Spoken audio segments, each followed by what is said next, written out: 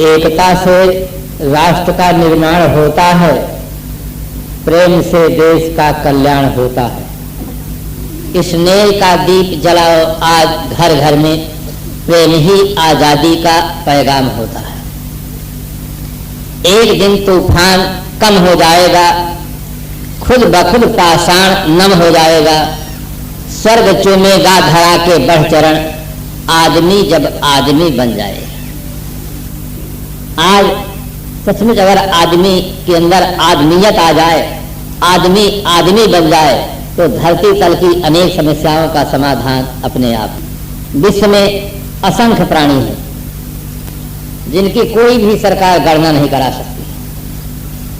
मनुष्यों की तो गणना हो जाती है कि 7 अरब के अंतर्गत मनुष्यों की संख्या है, किंतु विश्व में अन्य प्राणी जो हैं उनकी कोई सरकार गणना नहीं कर सकती।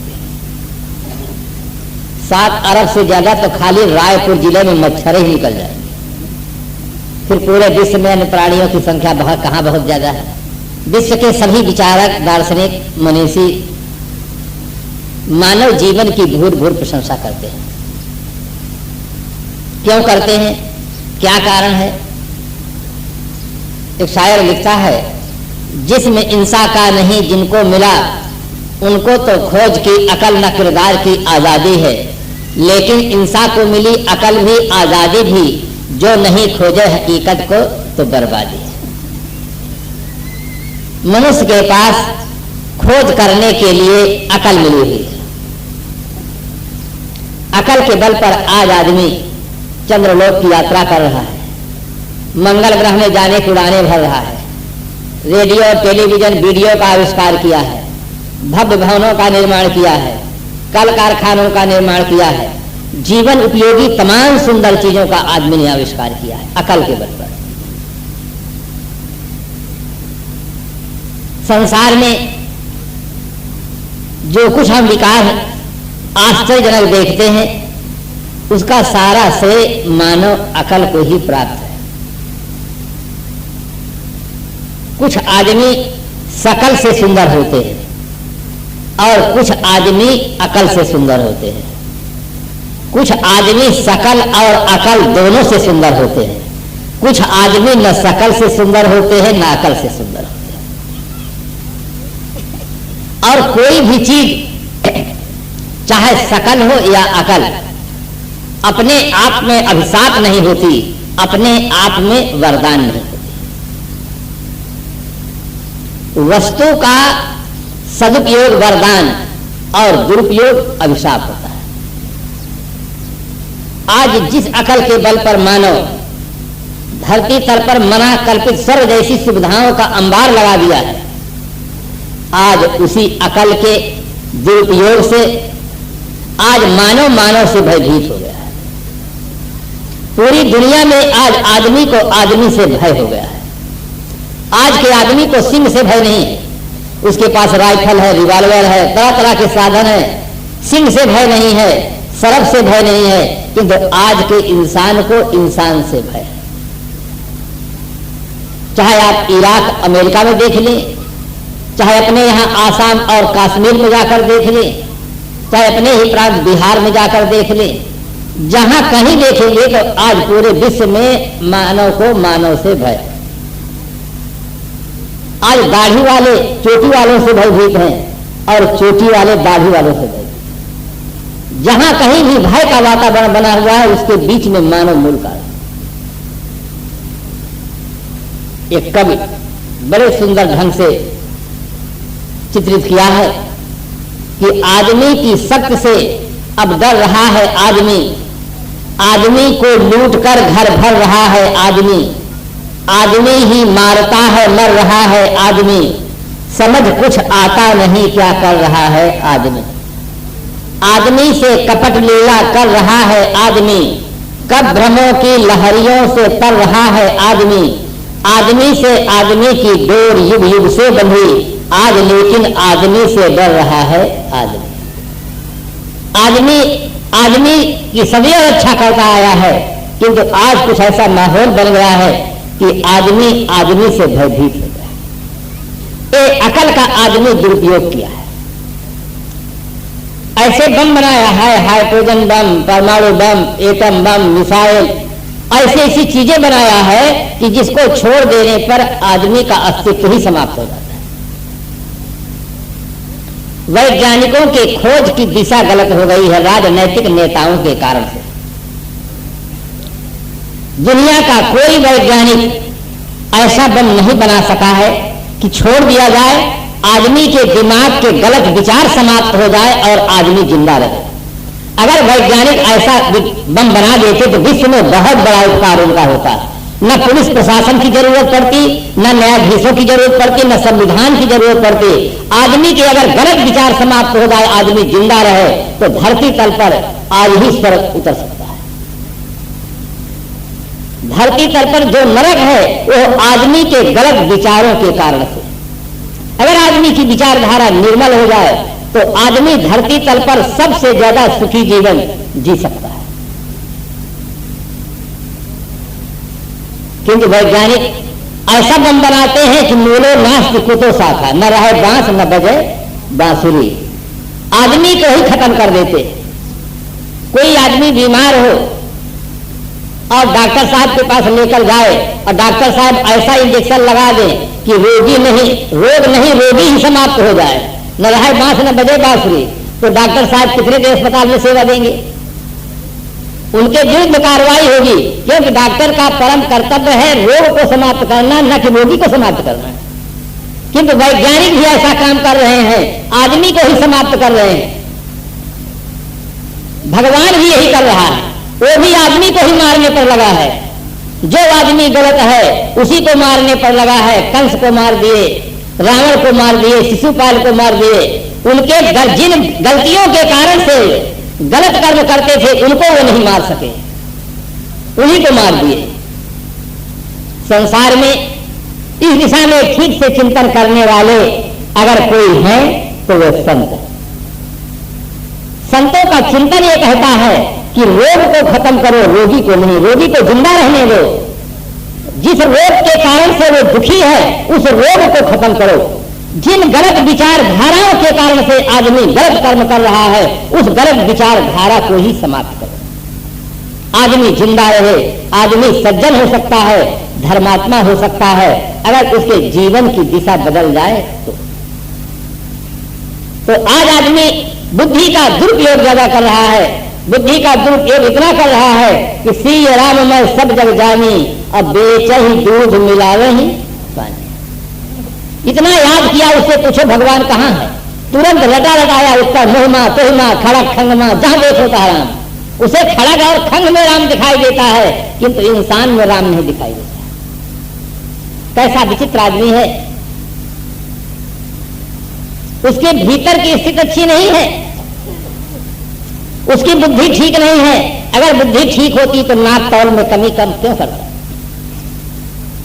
ये आदमी की जब बुद्धि बिगड़ जाती है तो बड़ों बड़ों को परेशान कर देता है। एक सेठ जी व्यापार करके आ रहे थे, जहाज में माल लगा हुआ था, समुद्र से यात्रा करे, समुद्र में तूफान उठा, खतरे की घंटी बज रही थी, बचने की कोई संभावना नहीं है। सभी लोग अपने अपने इष्ट देव का स्मरण करो, बस नौका उस पार है तो पार। सभी लोग अपने अपने आराध्य देव का चिंतन करने लगे। वे सेठ जी थे। सेठ जी ने कहा कि हे भगवान, हे सत्यनारायण भगवान, अगर हमारी नाविका बच गई तो हम आपकी कथा सुनेंगे और हमारे पास 2 मकान हैं, एक मकान को बेच करके गरीबों को दान पुण्य कर देंगे। संयोग वैसा होता है, काकताली न्याय। कभी कभी कुछ ऐसा घट जाता है, तूफान शांत हो गया, सेठ जी का जीवन बच गया, लाखों करोड़ों की संपदा बच गई, तमाम लोगों का जीवन बच गया। सेठ जी घर पर आते हैं, बड़ी प्रसन्न मुद्रा में सेठानी से कहते हैं कि हम ऐसी आफत में पड़ गए थे कि जान और माल दोनों खतरे में पड़ गया था। हम भगवान से प्रार्थना किए, तूफान कम हो गया और हम सत्यनारायण भगवान की कथा सुनने को माने हैं और एक घर बेच करके गरीबों को दान देने के लिए गए। सेठानी इतना सुनते ही आग बबूला हो जाए कि आपको कुछ भी अकल नहीं है। अरे 2 हमारे बेटा हैं, 2 मकान बनवा दिए हैं, एक मकान को बेच करके गरीबों को दान में दे दोगे तो एक बेटा मेरा कहां रहेगा?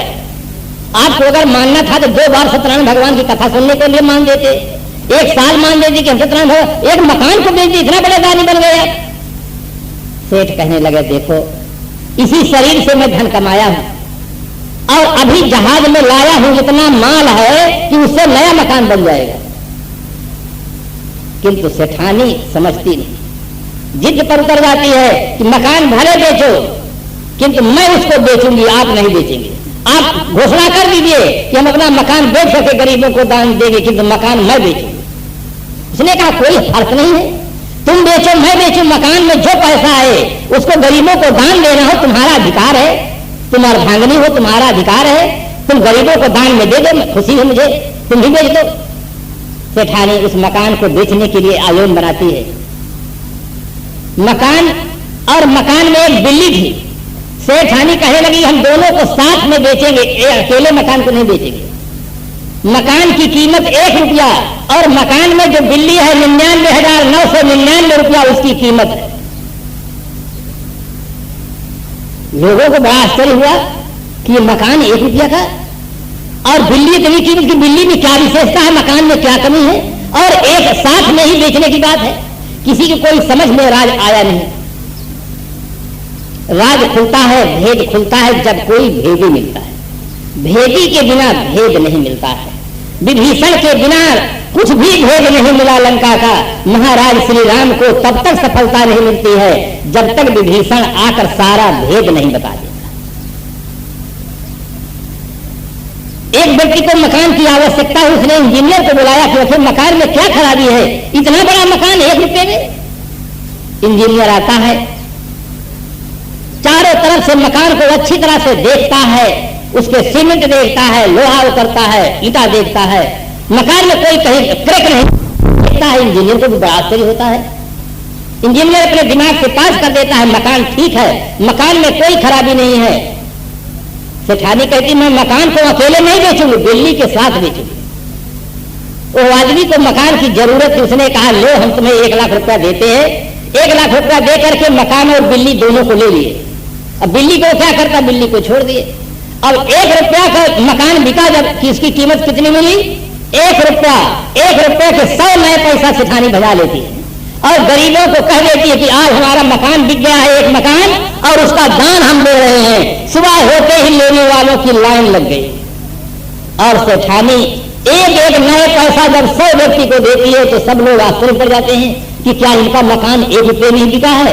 सेठानी सुन पाती कहती खरीदने वाले से जाकर तुम पूछ लो, मकान की कीमत 1 ही रुपये की है, 1 ही रुपये में मकान बिकती हूँ। तो ऐसे आदमी अपनी बुद्धि का प्रयोग करते हैं जो लोगों को दांते तले अग्नि दबाने के लिए विवश कर देते। ये बुद्धि का दुरुपयोग है। बुद्धि का दुरुपयोग इतना लोग ज्यादा करते हैं। हम लोगों के लिए लोग कपड़े लाते हैं, 5 मीटर गजला पहनते हैं, तो वो लाते बेचारे सीधे साधे आदमी होते हैं और दुकानदार तो नंबर 1 होशियार होते हैं। इतना मीटर सरकार देते हैं कि कपड़ा एकदम तिरछा हो जाता है। वो लाइन से लोग बहुत ज्यादा 4-5 गिरा के फर्क कर जाता है।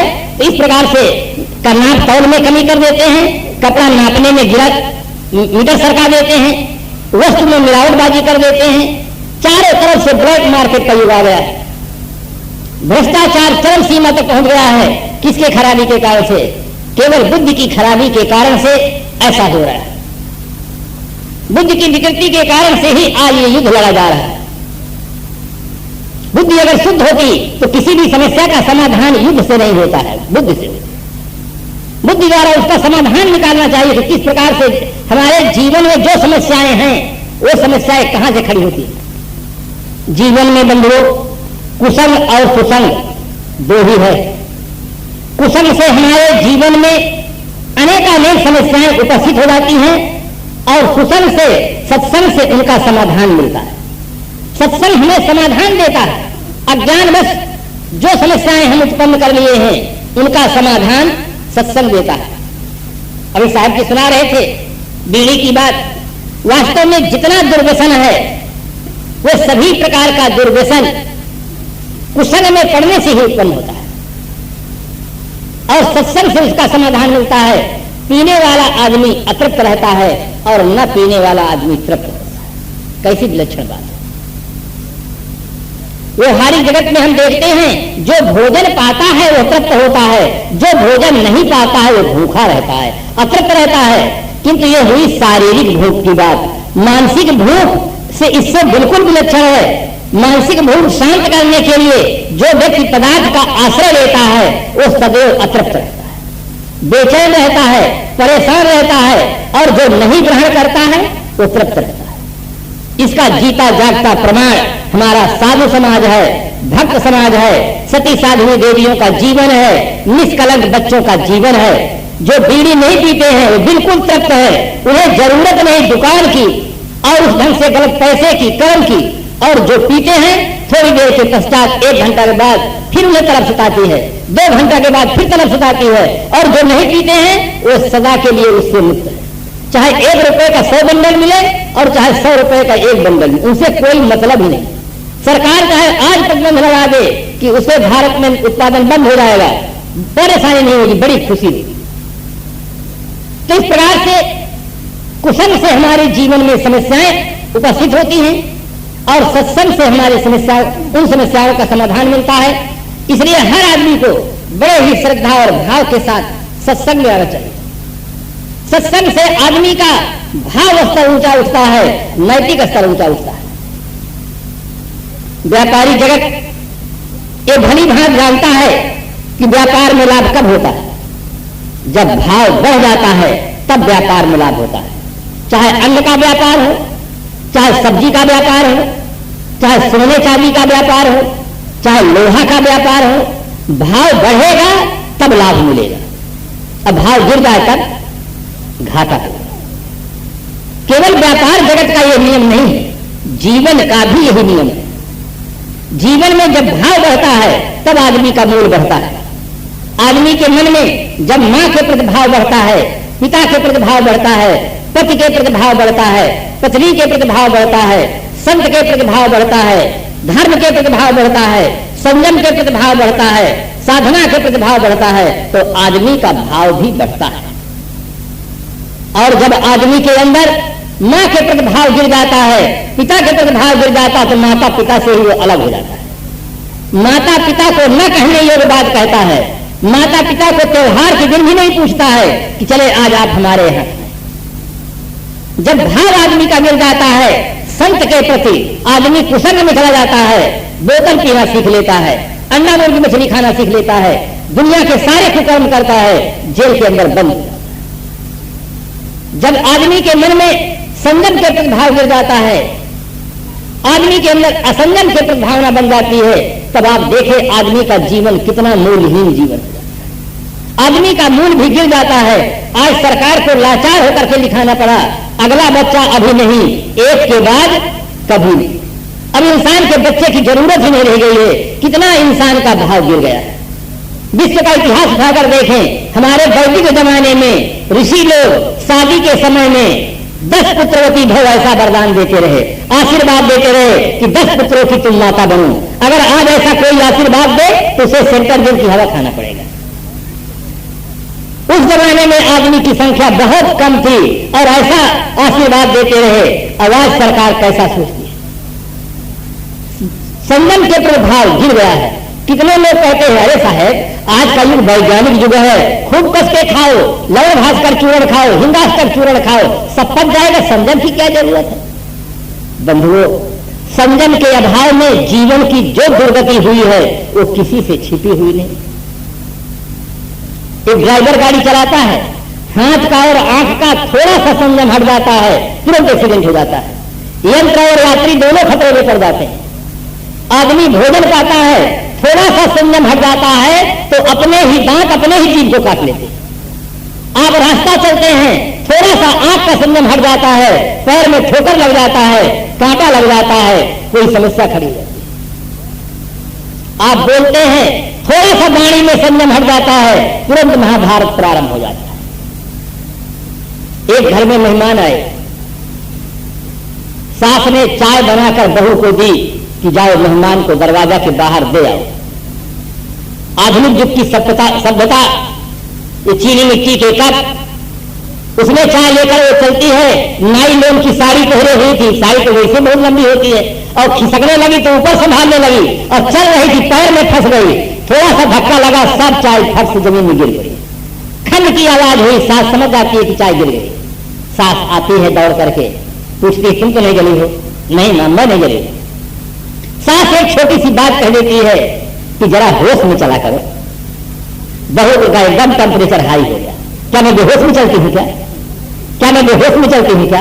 आपको क्या हो गया? अरे यही है ना, कप फूट गए हैं, मैं अपने पति के वो कह देंगे 10 कप नहीं 50 कप लाकर धर देंगे।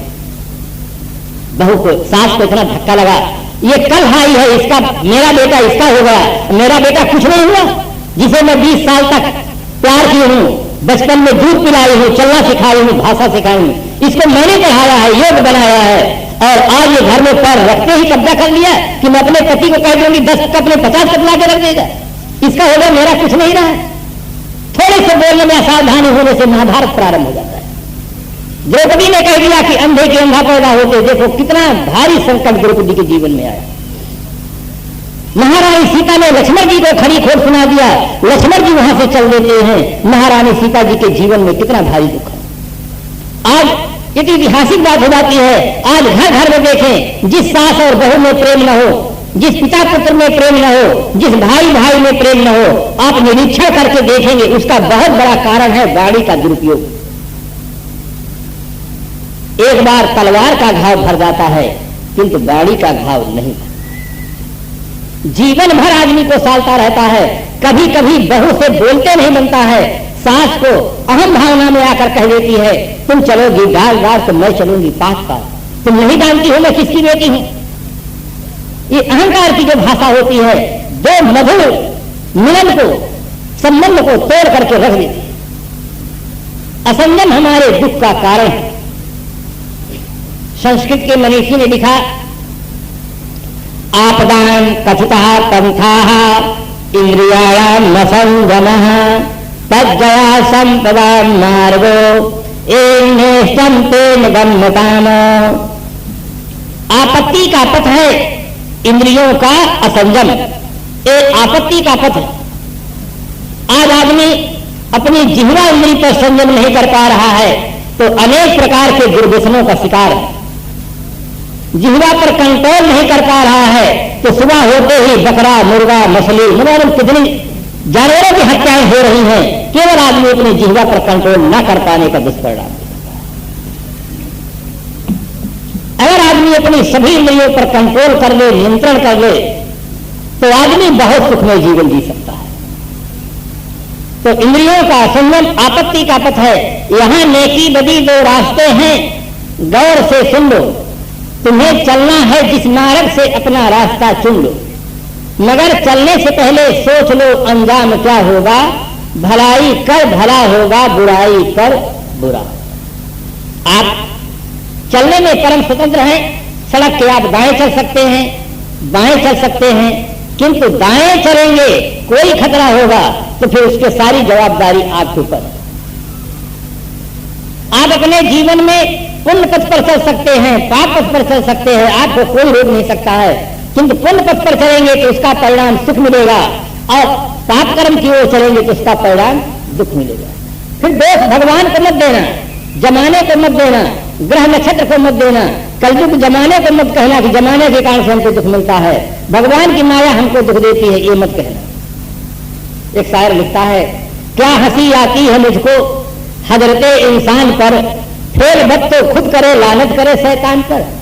बुरा कर्म तो खुद करता है और दोष लगाता है कि दुख हमें भगवान देता है। कैसा यह आदमी? तो सत्संग से हमारी जीवन की समस्याओं का समाधान मिलता है। कुसंग से आदमी अनेक समस्याओं में फंस जाता है। आदमी कुसंग में गया, तमाम देवी देवताओं के नाम पर बकरा मुर्गा काटे जाते हैं। ये चैत्र रामनवमी जो आने वाली है 11 अप्रैल को, उस चैत्र रामनवमी के दिन भारतवर्ष के अनेक प्रांतों में एक दो नहीं लाखों प्राणियों की हत्या हो जाएगी एक दिन के अंदर। एक साल बिहार प्रांत में, जब बिहार प्रांत में बकरा नहीं पूरे हुए तो नेपाल से लोग बकरा मंगाए, ट्रक का ट्रक बकरा नेपाल से आए दुर्गा देवी में नवरात्रि में चढ़ाने के लिए। अब आप सोचिए कैसी विचित्र घटना है, जो चाहने वाले होते हैं वो पीछे का भाग लेते हैं और जो उसमें मंत्र पढ़ते हैं कटवाने में वो आगे का भाग लेते हैं। ऐसी विचित्र बातें हैं। जिसको काटा जाता है पहले उसको मंत्र से पूजा किया जाता है, पवित्र बनाया जाता है। ओम पवित्रः पवित्रो वा सर्वावस्थां गतोऽपि वा यः स्मरेत् पुण्डरीकाक्षाभ्यंडायाभ्यंतरः शुचिः। पहले मंत्र कहकर इसको पवित्र बनाया जाता है, फिर एक तलवार से एक ही बार में काटा जाता है। कैसा आदमी है, अपने शरीर में कांटा चुभ जाए तो उसको खटकता है और दूसरे के गले में छुरी भी चले तो इसको कुछ नहीं लगता। कुशल से आदमी का दिल कितना खराब हो गया। आदमी के मन में तरह तरह की समस्याएं पैदा हो गई। जब आदमी सत्संग में आता है उसका समाधान मिलता है। श्री कबीर साहब ने कहा, जीव घात ना कीजिए, बहुर लेट गए कान, तीरथ गए न बाकी है जो कोट हीरा जो। एक हीरा नहीं, करोड़ों हीरा का दान करो, करोड़ों ग्रंथों का पाठ सुनो। अगर हत्या करोगे तो उसका बदला तुम्हें देना पड़ेगा। हमारे भारतीय परंपरा के लेखक, जिन लेखकों ने यह लिखा कि महाराज श्री राम पारब्रह्म परमात्मा हैं, उनके लिए भी उन्होंने लिखा कि राम ने बाल को जब छिप करके मारा तो दूसरे जन्म में उसने भी बधिक होकर बदला लिया। बड़ा कलाकार हो, प्याज और लहसुन खाकर इलायची का डकार नहीं ले सकता, चाहे जितना बड़ा कलाकार है। जो खाएगा वही डकार आएगी, जो देगा वही काटना होगा, जो दोगे वही पाओगे। गली गली वैसा दोहराओ, जैसा करो कैसा पाओ, साझे दे सकारे पाओ, टूट बकार से आगे आए, कर्म कथा राय व्यक्ति से। इसलिए सत्संग से समाधान मिलता है। एक दिन ही जो व्यक्ति सत्संग में आ जाता है, बड़े ही श्रद्धा और भाव के साथ सुमन करता है, तमाम उसकी समस्याओं का समाधान एक दिन में ही मिल जाता है। और जिनके सत्संग में उसको परख हो जाती है कि देवी देवता के इनके काम नहीं। आप लोग अच्छी तरह से अनुभवी हैं। जब किसी आदमी का शरीर छूट जाता है, उसके पहले वो कान से सुनता था, आंख से देखता था और मुख से बोलता था। शरीर से चेतना निकल गई है, असली कान है, सिर्फ अब कान सुनते नहीं। आप किसी मुर्दा को डॉक्टर साहब से जांच करा करके कीजिए, कान बिल्कुल सही रहते हैं किंतु कान अब सुनते नहीं। आंख सही है किंतु आंख अब देखती नहीं है, मुख सही है, मुख से कुछ आवाज निकलता नहीं। असली कान है तब नहीं सुनते हैं। और जब डुप्लीकेट कान होंगे, नकली कान होंगे, कागज के कान होंगे, पत्थर के कान होंगे, लकड़ी के कान होंगे, वो कैसे सुनेंगे? थोड़ा सा अपने दिमाग का प्रयोग करके देखें, आपकी प्रार्थना वो कैसे सुनेंगे जब उनके पास असली कान तक नहीं। कागज का कान कहीं सुनता है, पत्थर का कान, असली कान जब मुर्दा के पास नहीं सुनता है तो नकली कान कैसे सुनेंगे? और एक बात गंभीर और ध्यान से सुने, कान नहीं सुनता है, हम सुनते।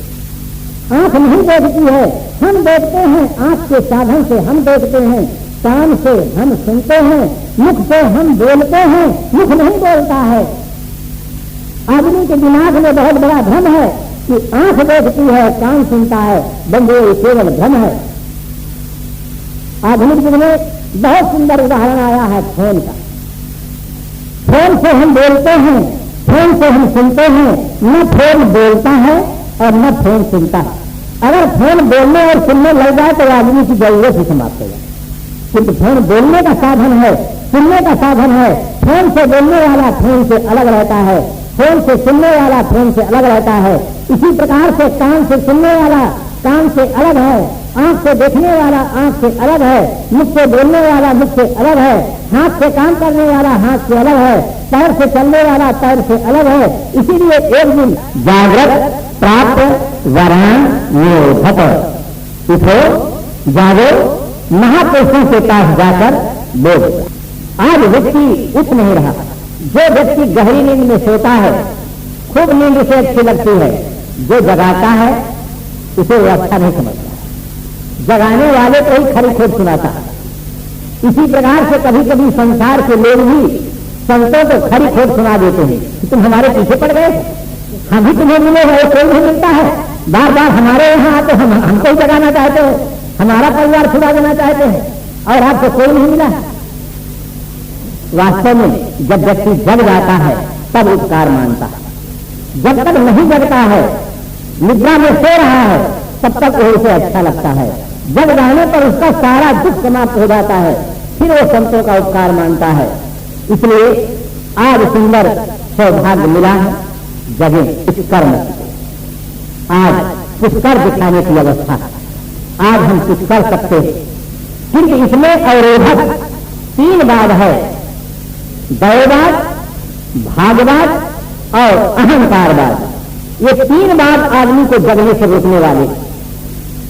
कितने लोग कहते हैं महाराज हमारे मन में तो होता है कि अब भगवत भजन करें, संसार को खूब देख लिए, किंतु क्या करें महाराज, भाग्य साथ नहीं देता है। हम बहुत सोचते हैं कि हम भगवत भजन करें, किंतु भाग हमारा साथ नहीं देता।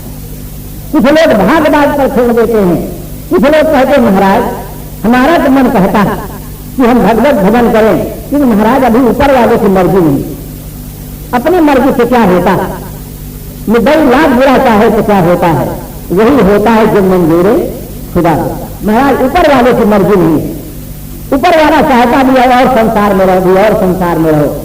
अगर तुम चले जाओगे तो सब बिगड़ जाएगा, लोग घर बिगड़ जाएगा इसकी बहुत लोगों की चिंता है, किंतु जीवन बिगड़ जाएगा इसकी कोई चिंता नहीं। कैसा विचित्र आदमी, घर बिगड़ जाने की चिंता है, परिवार बिगड़ जाएगा चिंता है, जीवन बिगड़ जाएगा इसकी कोई चिंता नहीं। लगता है जीवन में खत्म मिला। अनेक जन्मों में हम यही चिंताएं करते रहे, संसार की चिंता करते रहे, अपनी चिंता नहीं किए। आज सुंदर मानव जीवन मिला है बंधुओं, संसार की चिंता नहीं, अपनी चिंता करो, अपने कल्याण के लिए सोचो। जो आज प्राणी और पदार्थ मिले हुए हैं, आंख मूंदते ही वो सदा के लिए छूट जाएंगे।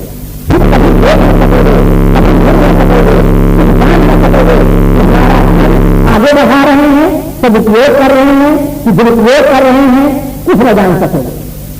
सबने अपने धन का अपने जीवन काल में उपयोग करना चाहिए। पता नहीं ये संबंध कितने दिन के लिए है। प्राय आदमी अपनी चिंता नहीं करता, संसार की चिंता करता है, ये उसकी बहुत बड़ी भूल है। जिस अनुपात में धन बढ़े उसी अनुपात में धर्म बढ़ना चाहिए। अगर धन बढ़ गया और धर्म घट गया तो आदमी बाहर से संपन्न हो जाएंगे, भीतर से परेशान है, भीतर से उसकी नींद उड़ जाएगी, भीतर से चिंताएं और समस्याएं घेर लेंगी। जीवन में जो सुख और शांति का वो जीवन का फील होगा। कैसे? एक आदमी बहुत ईमानदार कर्तव्यनिष्ठ आदमी, कपड़ा धोने का काम करता था। जिसका कपड़ा लेता, जिस दिन कह लेता कि ये कपड़ा आपको मिल जाएगा, उसी दिन दे देता। जितना पैसा बता देता उतना ही पैसा लेता। धीरे धीरे उसका प्रचार हुआ, सब लोगों के मन में विश्वास होगा कि हम जो कपड़ा देंगे, जितना पैसा कहेगा उतना ही लेगा, और जब मांगेंगे तभी मिल जाएगा। धीरे धीरे उसका धंधा बहुत चला। जब धंधा कम चलता था, दिन में जो पैसा पाता था खाता था, रात में निश्चिंत होकर सो जाता था। और जब व्यापार बढ़ा, धंधा बढ़ा, बहुत पैसा आया, तब उसको चिंता सवार हो गई। उसने सोचा कि कहीं ऐसा ना हो जाए, बहुत प्रसिद्धि हो गई है, बहुत पैसा आता जाता है, कहीं चोर ना आ जाए, बदमाश ना आ जाए, लूट ना ले, उठा न ले, सरकार न छापा मारे, चारों तरफ की चिंता सवार हो गई। और आदमी अपने जीवन का सर्वेक्षण किया, कहा कि मैं पहले ज्यादा सुखी था, आज से दुखी हो गया। पहले कमाता था, खाता था, रात में निश्चिंत होकर सोता था। बंधुओं, दो तरह के दुखी आदमी संसार में पाए जाते हैं। एक तो वह आदमी दुखी है जिसके पास भूख है किंतु पदार्थ नहीं, वह आदमी दुखी है। एक वह आदमी दुखी है जिसके पास पदार्थ बहुत है किंतु भूख नहीं। एक वह आदमी दुखी है जिसके पास नींद है किंतु बिछाने का साधन कुछ नहीं है। एक वह आदमी दुखी है जिसके पास बिछाने का साधन बहुत है परंतु नींद नहीं। मेरी दृष्टि में वह आदमी ज्यादा दुखी है जिसके पास पदार्थ है और भूख नहीं। पदार्थ तो मांगने से भी मिल सकता है किंतु भूख मांगने से नहीं मिल सकती। पदार्थ मांगने से मिल जाएंगे किंतु नींद मांगने से नहीं मिलने वाली। तुमको बहुत नींद आती है तो आधा हमको दे दो, ऐसा संभव नहीं। और आदमी बहुत दुखी हो गया, धन बढ़ गया, उसकी नींद कम हो गई, भोजन कम हो गया। धनी आदमी बहुत कम भोजन खा पाते हैं, गरीब आदमी होगा, कर्मठ आदमी होगा, आधा किलो 3 पाव से पहले उसका पेट ही नहीं भरता। और धनी आदमी 1 रोटी 2 रोटी खाता है, हिंदास्तर तेल और भास्कर तेल खाता है, फिर कहता डॉक्टर साहब खट्टी बेकार आती है और तबियत बनी रहती है और ये शिकायत है। सब घर बढ़ गया है, चिंताएं बढ़ गई, समस्याएं बढ़ गई हैं।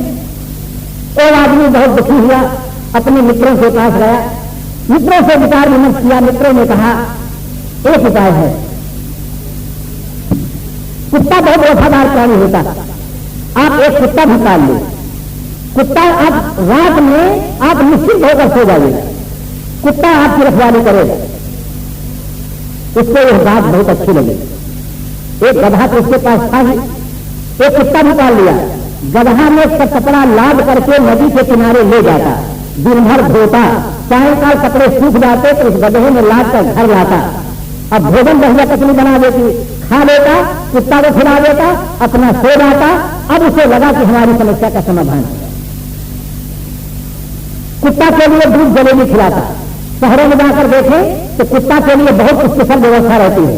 दूध जलेबी खाने के लिए, एक गाड़ी घूमने के लिए, एक नौकर से नहलाने के लिए, स्पेशल साबुन लगाने के लिए कुत्ता की वो व्यवस्था होती है जो धनी माने घर में आदमी की व्यवस्था, वो व्यवस्था कुत्ता की। आप सोचते होंगे ऐसा कुत्ता जो पहले दान धर्म किया है उसका फल उसे मिलेगा, चाहे वो पशु खाने में जाए, चाहे पक्षी खाने में जाए, जो दिया है उसे वो प्राप्त होगा। उसकी ऐसी कुछ वासना थी, जिस वासना के कारण से आदमी का शरीर नहीं मिला, पशु का शरीर मिल रहा है, किंतु जो दिया है वो वहां भी पाएगा। अब वह व्यक्ति निश्चिंत होकर सोता रहा। वर्षों बीत गया, 10 साल बीत गया, घर में चोर नहीं आए। कुत्ता की आवाज, कुत्ता की शक्ल को देख करके चोरों का दिल दहक जाता। चोर कोई पहुंचे नहीं। मालिक के भीतर विचारों में बड़ा परिवर्तन हो गया कि कुत्ता के पीछे तो बहुत बड़ा खर्च हो रहा, घर में चोर तो आते ही नहीं है, बंद करो इसका भोजन। देखिए, आदमी के जब भीतर परिवर्तन होता है तब बाहर परिवर्तन होता है। कोई आदमी किसी आदमी को अगर गाली देता है तो पहले गाली देने के उसके संस्कार, उसके विचार, उसके मन में उठते हैं, तब गाली बाहर निकलती है। कोई आदमी किसी आदमी की प्रशंसा करता है, प्रशंसा करने के विचार उसके मन में होते हैं, तब प्रशंसा मुख के द्वारा बाहर आती है। भीतर बदलता है तब बाहर बदलता है। उसके भीतर में परिवर्तन हो गया, कुत्ता को भोजन देना बंद कर दिया। वर्षों से कुत्ता घर जिस घर में रहा हो, अब वो कुत्ता बाहर नहीं जाता है, भोजन नहीं पाता है, धीरे धीरे कुत्ता सुखा जाता है। चोरों ने कहा कि अब चोरी हो सकती है। कुत्ता से मालिक का कनेक्शन कर गया है, कुत्ता कमजोर हो गया, कुत्ता नहीं भूखेगा। एक दिन मालिक खा पी करके निश्चिंत होकर सो गया था, घर में चोर प्रवेश किए, दीवार से तोड़ करके चोर अंदर पहुंच गए और जहां पर तिजोरी रखी थी, तिजोरी की चाबी ढूंढ करके सामान निकालने लगे। कुत्ता जग रहा था किंतु भूख नहीं रहा। जो गधा था वो भी जग रहा था, गधा से नहीं रहा गया। गधा ने कहा, यार भूख, मालिक के घर में चोर आ गए हैं, मालिक जो कमा के लाता है सब तिजोरी में रखता है और ये आदमी आकर के तिजोरी खोल करके सारा धन निकाल रहा है, भूख? उसने कहा, मैं नहीं भूखूंगा, आज मैं तुम्हारा कहना नहीं करूंगा। इतने दिन से मेरे लिए मालिक ने भोजन नहीं दिया है और तुमने कभी कहा है मालिक से कि कुत्ता को भी कुछ दो? जब तुमने मेरे लिए कुछ नहीं कहा है तो आज मैं तुम्हारा कहना नहीं करूंगा। गधा समझाता है कि तुम्हें मालिक ने कितने दिन खिलाया है, आज भर भूख दो बस। उसने कहा, मैं जितने दिन खिलाया है उतने दिन की मैं ड्यूटी भी दिया, मैं आज तुम्हारा कहना नहीं करूंगा। मालिक की जब कोई क्षति हो जाएगी तब मालिक सोचेगा कि कुत्ता की भी जरूरत है, मैं नहीं मिलेगा।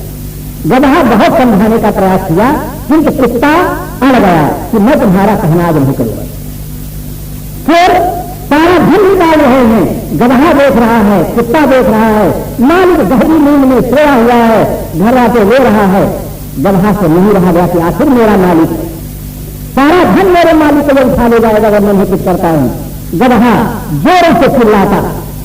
रात्रि में गधा जब जोरों से चिल्लाया, मालिक की नींद खुली। मालिक गुस्से में आ गया, बदमाश, अपना दिन में सो लेता, मुझे रात में नहीं सोने देता है। मालिक अपने पलंग के पास लाठी रखा हुआ था, उठाया लाठी, 4-5 लाठी उसके कमर में जोरों से मारा और मार करके जाकर लेट गया। डांटते हुए, बदमाश, मुझे रात में भी नहीं सोने देता है तो दिन में सो लेता है। जब मालिक फिर घर राता लेने लगा तब कुत्ता कहता है, पाया कुछ? कुत्ता कहता है, पाया कुछ? उसने कहा, पूछो मत, मेरी तो कमर टूट गई। आज लेकिन आदमी से डर रहा है आदमी। आदमी की सभी अच्छा करता आया है, किंतु आज कुछ ऐसा माहौल बन गया है कि आदमी से भयभीत है। तो अकल का आदमी दुरुपयोग किया है, ऐसे बम बनाया है, हाइड्रोजन बम, परमाणु बम, एटम बम, मिसाइल, ऐसी ऐसी चीजें बनाया है कि जिसको छोड़ देने पर आदमी का अस्तित्व ही समाप्त है। वैज्ञानिकों के खोज की दिशा गलत हो गई है राजनैतिक नेताओं के कारण से। दुनिया का कोई वैज्ञानिक ऐसा बम नहीं बना सका है कि छोड़ दिया जाए, आदमी के दिमाग के गलत विचार समाप्त हो जाए और आदमी जिंदा रहे। अगर वैज्ञानिक ऐसा बम बना देते तो विश्व में बहुत बड़ा उपकार उनका होता। न पुलिस प्रशासन की जरूरत पड़ती, न न्यायाधीशों की जरूरत पड़ती, न संविधान की जरूरत पड़ती। आदमी के अगर गलत विचार समाप्त हो जाए, आदमी जिंदा रहे, तो धरती तल पर आज ही स्वर्ग उतर सकता। धरती तल पर जो नरक है वो आदमी के गलत विचारों के कारण से। अगर आदमी की विचारधारा निर्मल हो जाए तो आदमी धरती तल पर सबसे ज्यादा सुखी जीवन जी सकता है।